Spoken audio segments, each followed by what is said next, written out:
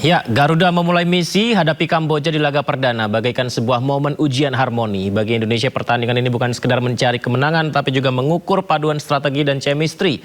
Sementara Kamboja datang dengan ambisi yang tidak ingin kalah lagi. Akankah skuad Garuda terbang tinggi atau justru Kamboja hadir memberi kejutan malam ini? Kita bahas bersama dengan rekan saya melalui sambungan Zoom, Cahya Daneswara.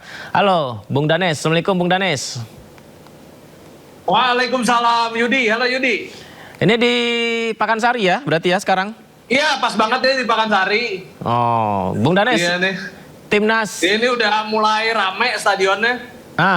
Kami dengar sudah mulai ramai atau memang belum seramai seperti biasanya Timnas main di GBK, Bung Danes? Karena ini kan karena kalau rame kayak dulu belum kayaknya, tapi tadi kelihatan di Pakansari mau masuk kendaraan udah mulai susah. Oh gitu. Jadi kita nggak tahu ya kalau sesuai dengan kapasitas Pakansari apakah akan penuh, kita belum tahu karena kita belum masuk ke dalam. Tapi yang jelas ini kalau untuk ukuran kapasitas Pakansari kayaknya ini udah bakal ini juga Yudi, bakal banyak juga ini yang nonton kayaknya, atau mungkin hampir penuh lah. Antusias tinggi ya berarti ya Bung Danes ya? Ya cukup tinggi, apalagi kita tahu di laga uji coba kan John Hartman sudah menunjukkan kalau dia sebetulnya udah cukup menjanjikan ya sebagai pelatih Indonesia dengan direct footballnya, dengan transisi cepatnya itu begitu luar biasa dan menghibur para penonton ketika Indonesia menghadapi beberapa lawan di laga uji coba termasuk Oman. Bung Danes, ini kan saya lama sekali nih akhirnya untuk timnas kita karena kemarin Piala Dunia lama untuk ngelihat timnas Indonesia lagi gitu. Ini berarti di AFF ini Indonesia menurunkan pemain-pemain terbaiknya ya berarti ya? Halo, Bung Danes? Kalau pemain terbaik 100% enggak ya, tapi yang jelas pemain-pemain terbaik yang main di BRI Super League, yang bermain di Super League ya atau Liga 1 itu akan turun. Kita tahu di sana ada Beckham Putra, Rizky Ridho, terus penjaga gawang terbaik Super League kemarin yaitu Nadeo ya.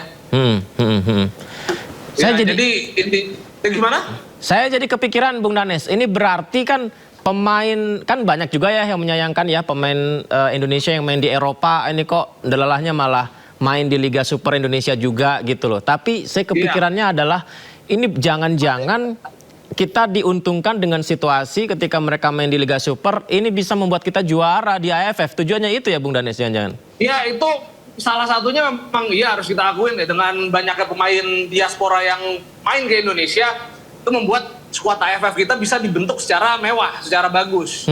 Gitu. Jadi ini ada keuntungan dan di satu sisi kita juga nggak boleh anti juga dengan pemain yang memilih untuk bermain di BRI Super League. Karena tentu saja selain mereka bisa membela timnas di AFF atau di Asian Cup, ya faktor gimana ya, ibaratnya pemain ini kan semuanya pemain profesional kayak Yudi ya. Jadi mereka cari atau mempertimbangkan tawaran terbaik yang datang ke mereka. Gitu. Seperti Justin Hubner sepertinya belum bisa bergabung ya karena kendala dari klubnya di Eropa ya, dari Fortuna Sittard.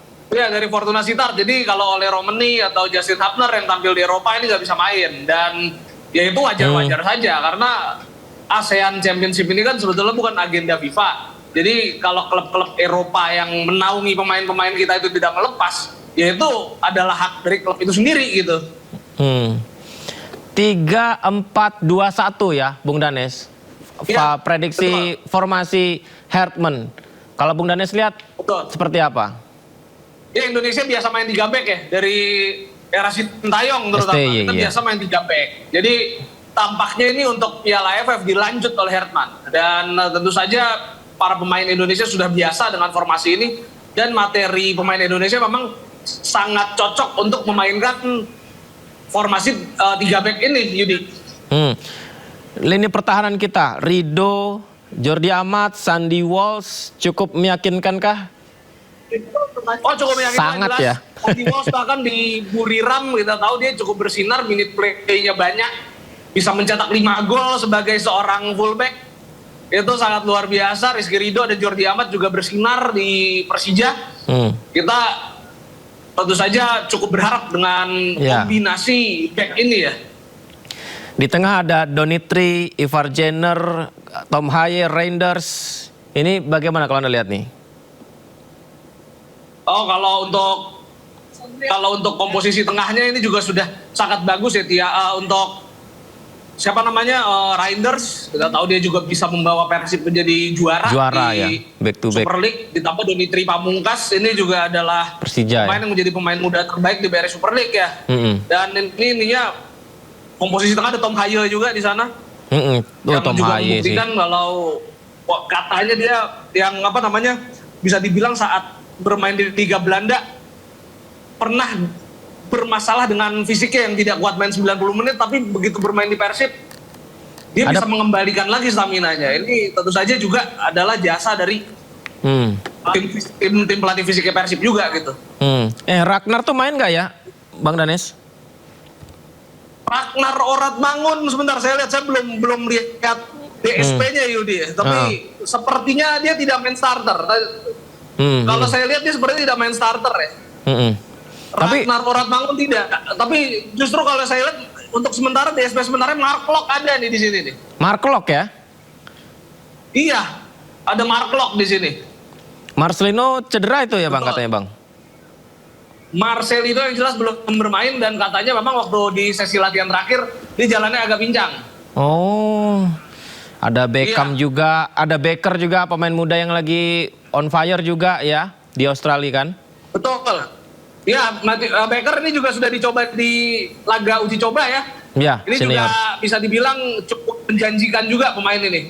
Nah, pertanyaan saya nih Bang Danes, ini ya timnas Indonesia ini biasanya ketika ada ekspektasi yang berlebihan untuk tim ini begitu, wah ini mah skuad mewah, skuad luar biasa, mungkin di Asia Tenggara termasuk salah satu yang terbaik. Tapi kadang-kadang ekspektasi kita tuh nggak bisa nyampe ke juara. Apalagi AFF ini kayaknya kita kayak apa ya, kutukan raja runner up gitu, hanya sampai di final saja gitu. Nah ini apa kendala utama yang harus disadari Hertman nih menurut Bang Danes?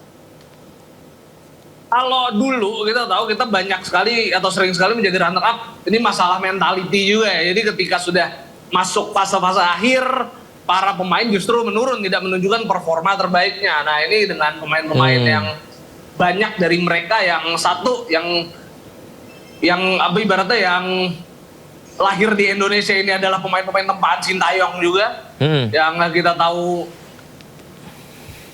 apa namanya, untuk Sintayong sendiri bisa dibilang metode latihannya cukup keras, dicampur dengan pemain-pemain yang ditempa di luar negeri. Jadi seharusnya secara mentality kita udah nggak ada masalah di ASEAN Championship kali ini. Dan ini Hertman nggak apa ya, nggak sensitif ya dengan mengakui bahwa memang meneruskan Sintayong dan lain sebagainya gitu ya?